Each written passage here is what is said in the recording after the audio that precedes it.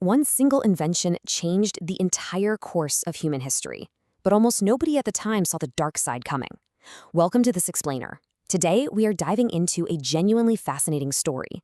We're looking at how a 15th century machine didn't just birth the Renaissance, it actually laid the exact groundwork for what legal scholars today are calling the death of expertise.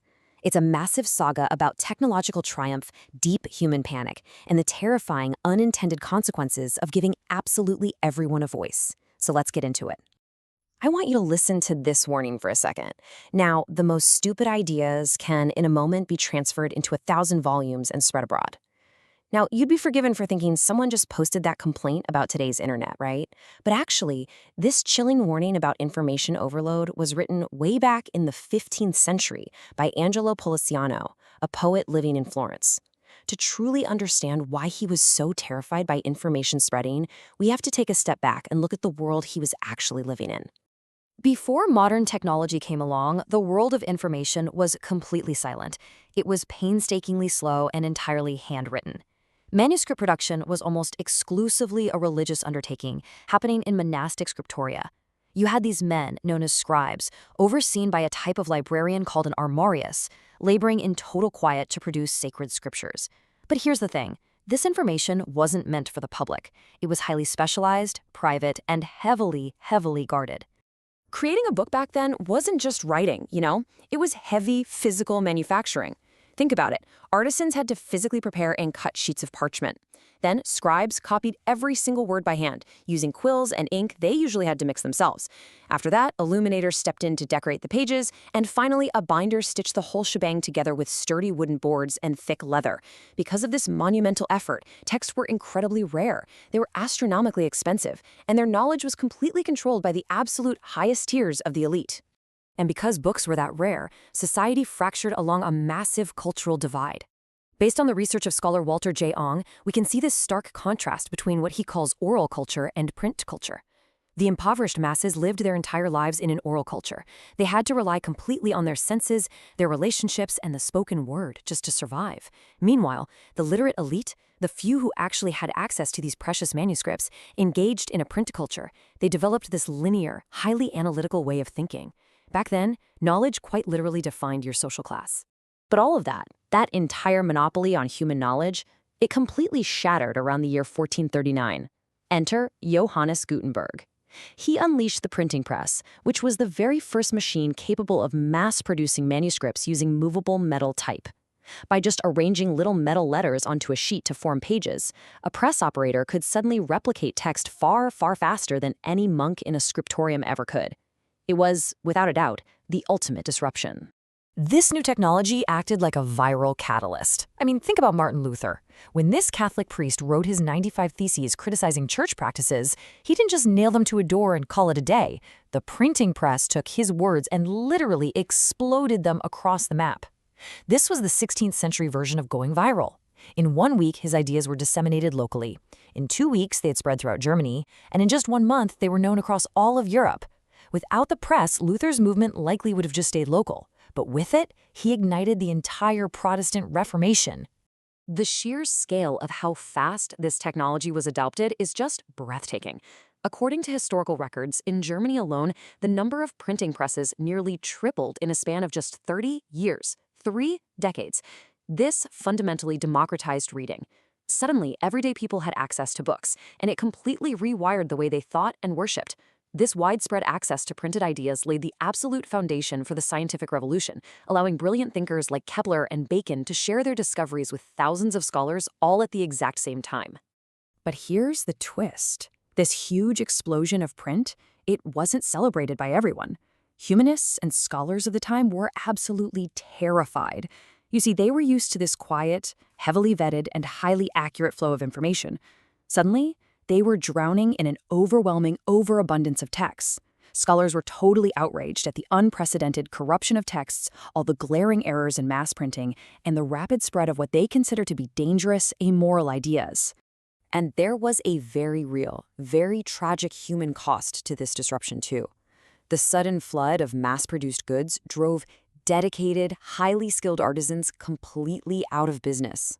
Take the master scribe Vespasiano da Bisticci, for example. He literally surrendered his craft entirely. He firmly believed that a cheap printed volume would have been ashamed to even sit next to one of his exquisite illuminated manuscripts. This historical moment really sparked a deep societal panic about what actually happens when too many unvetted, unedited voices suddenly enter the public conversation.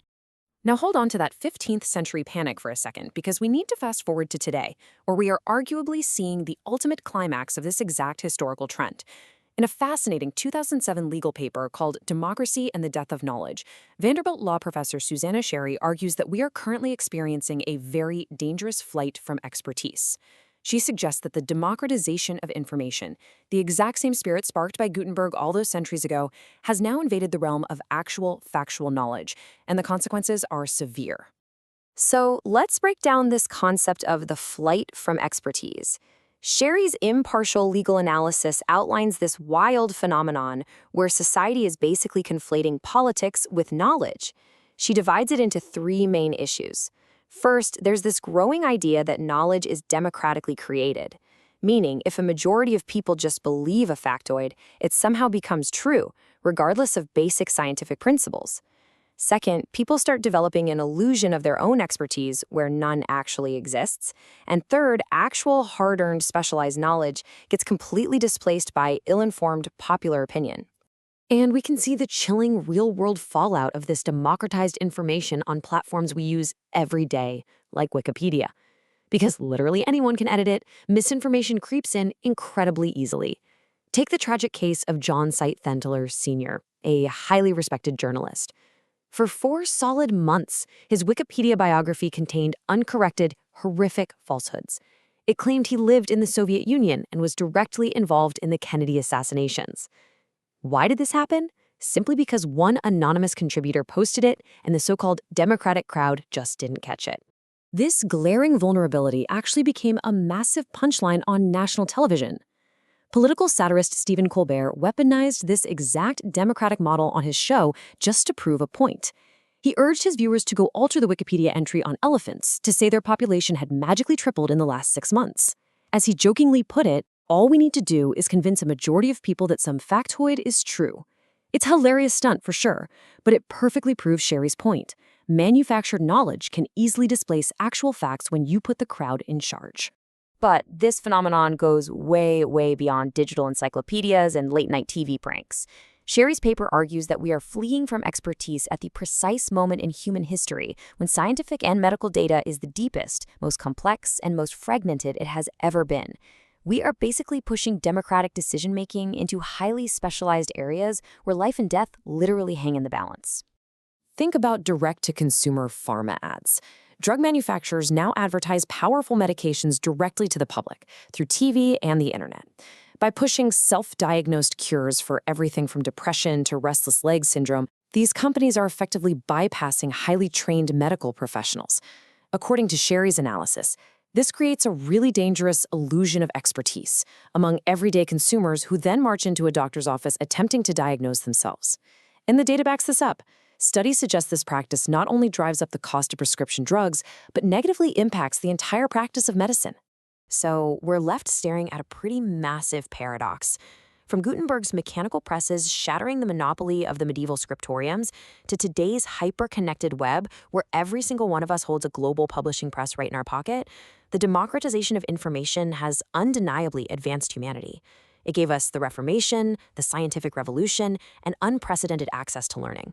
But, as we've seen, from the terrified scribes of the 15th century to modern legal scholars sounding the alarm today, it leaves us with one haunting question to consider.